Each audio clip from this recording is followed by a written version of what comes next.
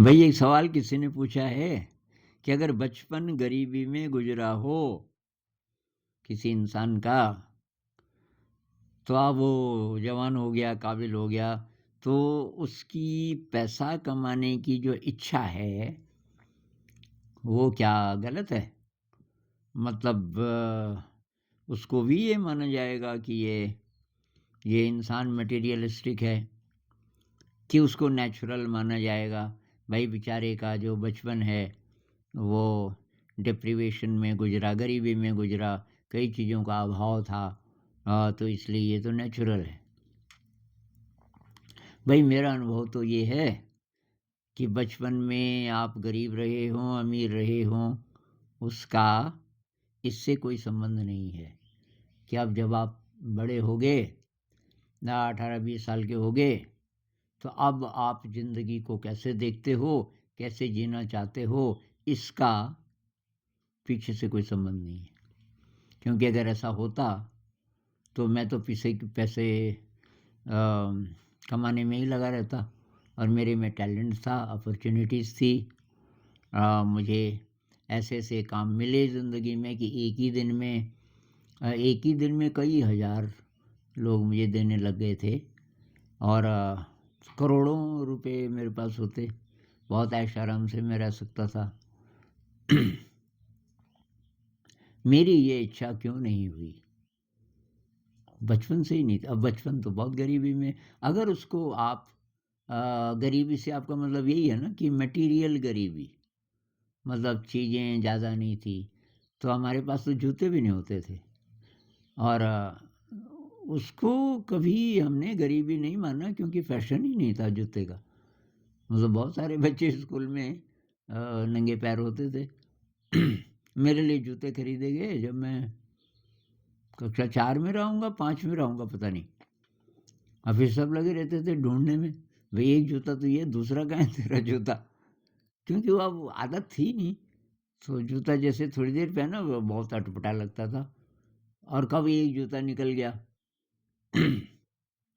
निकल गया मतलब निकल तो दोनों गए, पर एक ही जगह नहीं। एक जूता कहीं और है, दूसरा पता नहीं कहाँ और है। तो सब परेशान, यार इसके लिए इतने बढ़िया जूते लिए, अब ये कदर नहीं कर रहे इन जूतों की।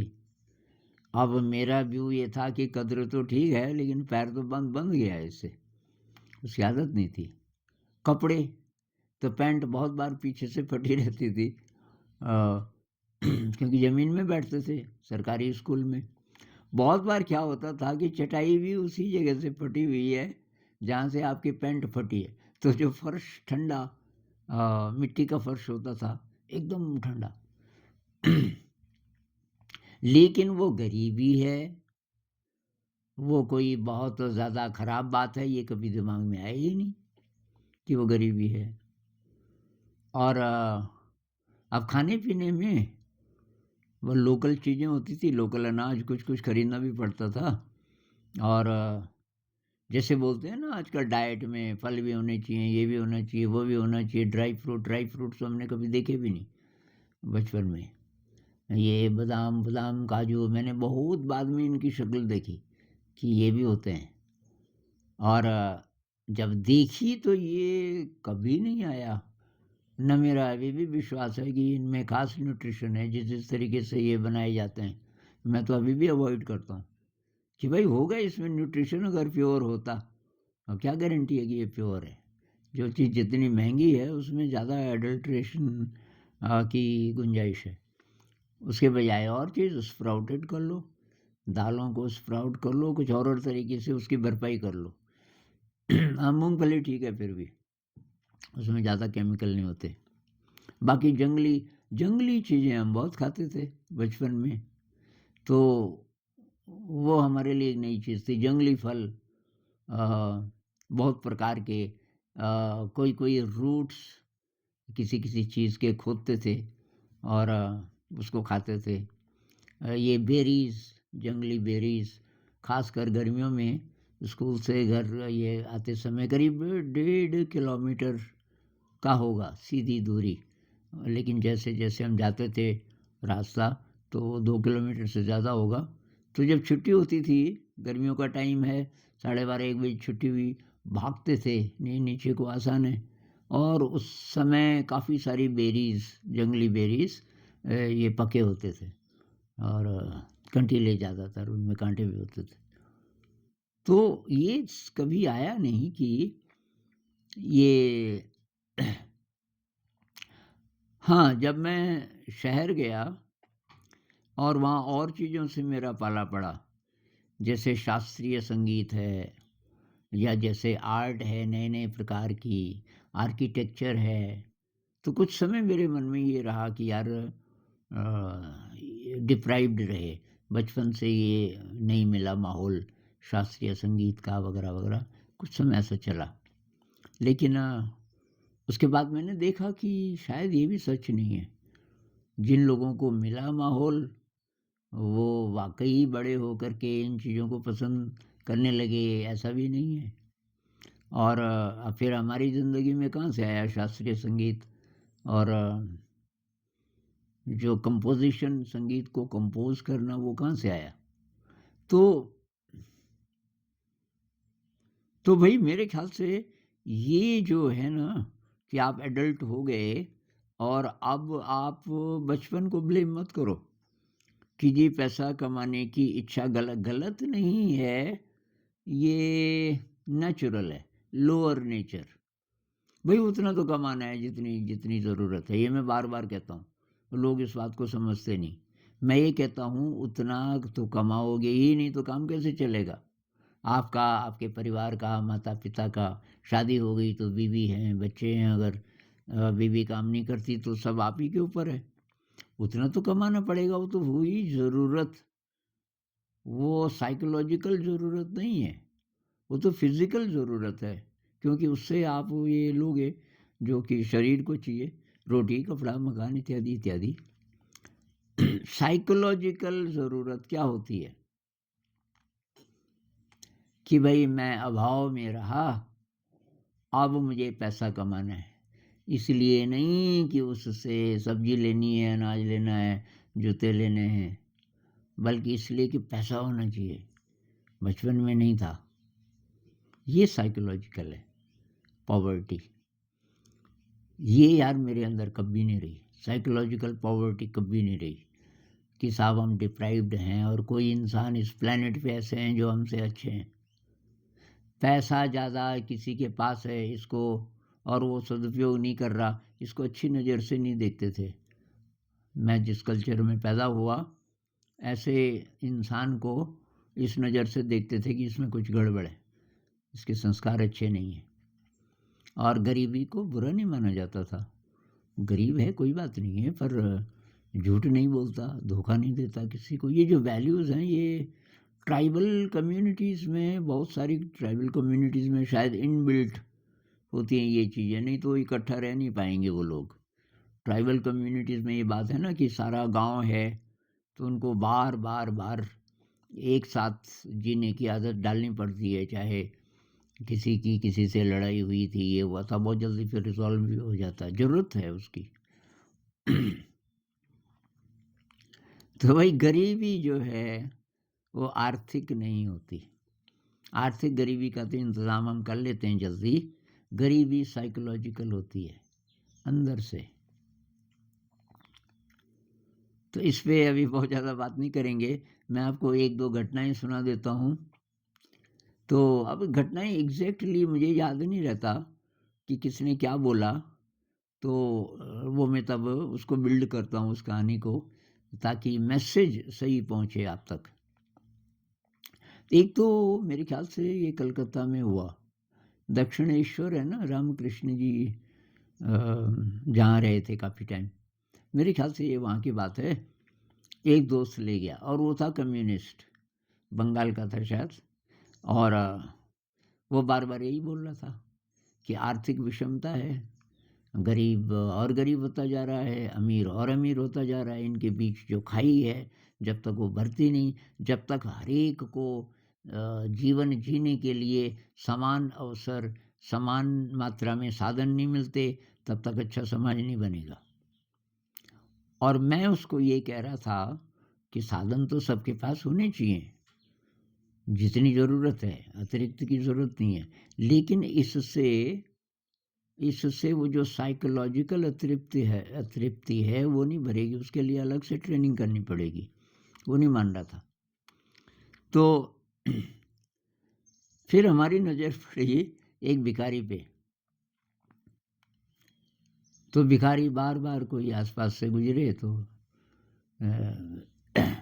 बार-बार बोले, "ये टका दे दाओ।" टका टका बोलते हैं रुपए को बंगला में।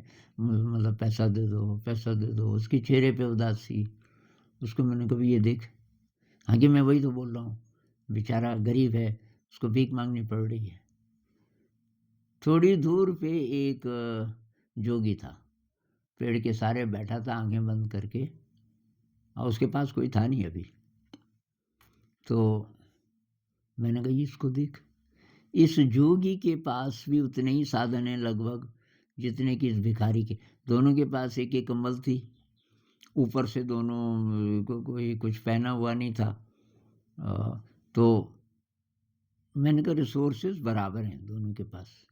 ये जोगी है, ये परेशान नहीं नज़र आ रहा है। तो तब तक कोई आया उसके पास कि महाराज जी नमस्कार। मुस्कुराया और वो बैठ गया हाथ जोड़ के। क्या हुआ? तो अपनी समस्या बता रहा है कि अच्छा। अब उसने पैसे-पूसे कुछ नहीं दिए उसको, चला गया। मैंने कहा इसको चिंता क्यों नहीं है? ये कोई ऐसे वाला साधु नहीं है, कोई बड़ा साधु कि उसको सब दान दक्षिणा मिल रही है, ये मिल रहा है। सिंपल आदमी है। लेकिन कुछ है, इसको ध्यान आता होगा। मतलब अंदर से ये रिच है, ये आदमी लग रहा है उसकी आँखों से। ये नहीं तो भीख माँग रहा होता ना। वो नहीं माँग रहा है कुछ भी। वो नहीं किसी को बोल रहा है मेरे पास आओ, लोग अपने आप जा रहे हैं। ये फ़र्क कहाँ से आया?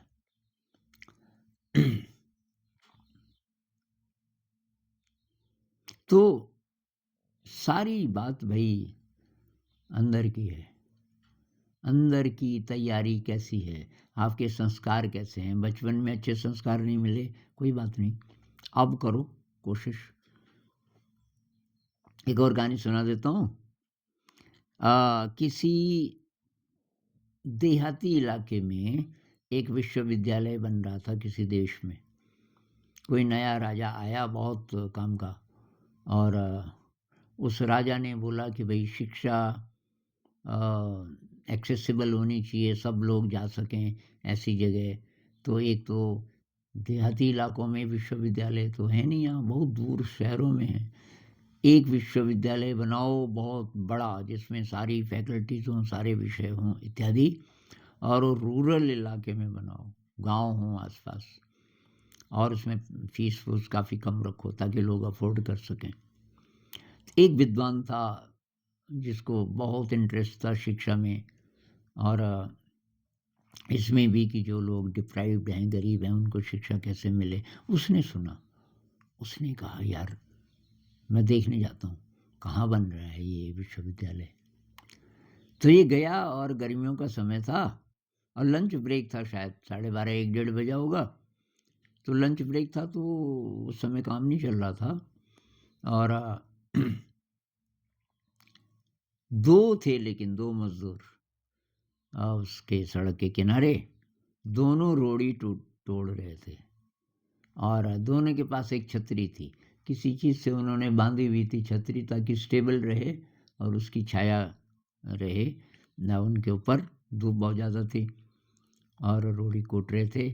उंगलियों पे उन्होंने वो उसके रबर के कुछ छल्ले बना के पहने हुए थे, ताकि चोट लगती है ना।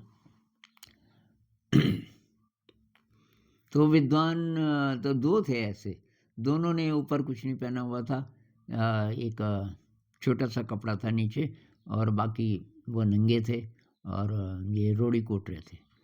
तो पहले वाले के पास गया, पहले और दूसरे के बीच में कुछ डिस्टेंस रहा होगा 15-20 फीट का। तो पहले वाले के पास गए, उदास था एकदम, रोड़ी कूट रहा था। तो उस विद्वान ने बोला कि भाई साहब क्या कर रहे हो? उसने देखा, उदास आँखें। अरे महाराज की, रो रहा हूँ अपनी किस्मत को, रोड़ी कोट रहा हूँ। ये देखो मेरी उँगलियाँ देखो, इस पे मैंने ये क्या पहने हुए हैं, नहीं पहनूंगा तो चोट लगेगी। अब दिन भर, आज भी, कल भी, परसों भी, यही ज़िंदगी है। ये नहीं करूँगा, परिवार कैसे पलेगा? किस्मत ही ऐसी। खैर, ये विद्वान आगे गया, दूसरे को देखा, उसकी भी एग्जैक्टली वही हालत। तो विद्वान आदमी था, उसके मन में ये आया कि यार क्या ये भी यही मानता होगा कि मेरी किस्मत खराब है? तो दूसरे के पास गया कि अच्छा भाई साहब, आप क्या कर रहे हैं? तो उसने जब चेहरा उठाया, उसकी आंखों में चमक, उसने कहा, मैं विश्वविद्यालय बना रहा हूँ। आप यहीं के हैं क्या? कि नहीं, मैं तो दूसरे देश से आया देखने। हाँ, कि ऐसा विश्वविद्यालय? दूसरा कि मैंने तो सुना भी नहीं, ये एकदम देहाती इलाके में। लेकिन कि आपने क्या बोला? मैं विश्वविद्यालय बना रहा हूँ। अरे कि मैं ये जो रोड़ी है ना, ये कमाल की चीज़ है, ये तो लगेगी फाउंडेशन पे लगेगी, इसके बीम्स बनेंगे, इसकी छतें बनेंगी, बिना रोड़ी के बन जाता है? कि नहीं, मैं रोड़ी तो बहुत ज़रूरी है। हाँ, कि इसी से तो मजबूती आती है। रेत है, सीमेंट है, लेकिन रोड़ी बहुत ज़रूरी है। और ये मैं तोड़ रहा हूँ। मेरा जो योगदान है वो कोई मामूली नहीं है इस विश्वविद्यालय के बनने में। इसलिए कि हर रोड़ी के साथ जब मैं उसको तोड़ रहा हूँ, तो मुझे गर्व महसूस हो रहा है कि मैं ऐसे काम से जुड़ा हूँ, विद्या का काम, गरीब बच्चों को। और कि मेरे दिमाग में नक्शा आता है उसका, जब ये विश्वविद्यालय बन जाएगा, उसमें बीम्स होंगे, उसमें छतें होंगी, और उसमें ये विद्यार्थी होंगे, प्रोफेसर होंगे, और वो सारी जो बिल्डिंग है उसमें मेरे हाथों का योगदान होगा। मैं धन्य हूँ। अब आप बताओ, ये जो दूसरा मजदूर है,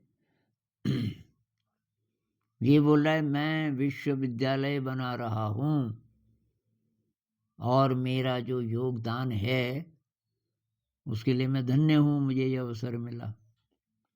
वही काम ये पहले वाला भी कर रहा है, दोनों की जिम्मेदारियां बराबर हैं। ये भी बाल बच्चे वाला है, वो भी लगभग उतना ही पैसा कमाते हैं दोनों। लेकिन वो थक जाता है अंत तक, क्योंकि वो हर बार दुखी रहता है, उदास रहता है, और वो शायद सपने देखता होगा, काश ऐसा ऐसा होता, ऐसा होता, मुझे कोई और काम मिलता, ये ना करना पड़ता। क्योंकि उसी से तो थकता है ना आदमी। भाई, जो काम आपको पसंद नहीं है, आपका मन फिर वहाँ नहीं रहता, मन कुछ कुछ कुछ और एस्केप करता है। अब ये जो दूसरा है, इसका सारा मन वही है, एकाग्र है। ये तो उसके लिए मेडिटेशन की तरह है कि रोड़ी के साथ साथ अच्छी फीलिंग, हर रोड़ी के साथ अच्छी फीलिंग। और आई एम ग्रेटफुल, मैं कृतज्ञ हूँ कि मुझे ये चांस मिला। तो भाई, आपका नज़रिया कैसा है उस पर डिपेंड करेगा। पैसा कमाने की इच्छा गलत नहीं है, लेकिन कितना कमाना है? और पैसा तो कमा लोगे, पैसे से क्या क्या मिलेगा आपको? रोटी, कपड़ा, मकान, इत्यादि इत्यादि। इस शरीर की ज़रूरत जो हम असली नहीं है। आपको वो चीज़ें मिलेंगी पैसे से जिससे रियल खुशी आती है, क्रिएटिविटी, ये पॉजिटिव इमोशंस कहाँ से आएंगे? तो क्रिएटिविटी, प्रेम, देने का भाव, ग्रैटिट्यूड, ह्यूमिलिटी, निस्वार्थ सेवा, उत्साह, इन चीज़ों से जिंदगी में रस आता है। तो वो पैसे से थोड़ी आएगा। अब मैं ये नहीं कह रहा कि इसका मतलब पैसा ज़रूरी नहीं है, कितना ज़रूरी है उसके पीछे भागना नहीं है। उतना जुटा लो जितनी ज़रूरत है, बस, उससे ज़्यादा बिल्कुल नहीं। तब आप बहुत सुखी रहोगे। और तब और ज़िंदगी कैसे जीनी है तो बेसिक है। भई ये पेट भरने के लिए कुछ तो हम करेंगे ही, लेकिन ये तो बेसिक है ना, अब काहे के लिए आए इस जगत में? वो काम कर रहे हो? तो वहाँ से तो शुरू होती है ज़िंदगी, जब आपके पास इतना पैसा आ गया कि सब ठीक-ठाक चल रहा है, अब लोग बेहोश हो जाते हैं। बस जी सब ठीक चल रहा है। ऐसे पूछते भी हैं एक-दूसरे को, और शादी में जैसे पूछते हैं कि भाई लड़का क्या करता है? कि जी उसकी तो 60,000 तनख्वाह है। अच्छा, अच्छा, तो बढ़िया सब ठीक-ठाक है। ये नहीं पूछते कि उसकी इंसान की यात्रा शुरू हुई कि नहीं हुई? तो सब लोग पाशविक ज़िंदगी जी रहे हैं, सब मतलब ज़्यादातर। बात ये है मैं मनुष्य हूँ क्या? कैसे पता चलेगा? रोटी, कपड़ा, मकान हो ये तो सब जानवरों को चाहिए, फिज़िकल प्रोटेक्शन। तो भई ये सवाल आने चाहिए आपके मन में, फिर पैसे की कितनी जगह है उतनी जगह दे दो उसको बस, उससे ज़्यादा नहीं। नमस्कार।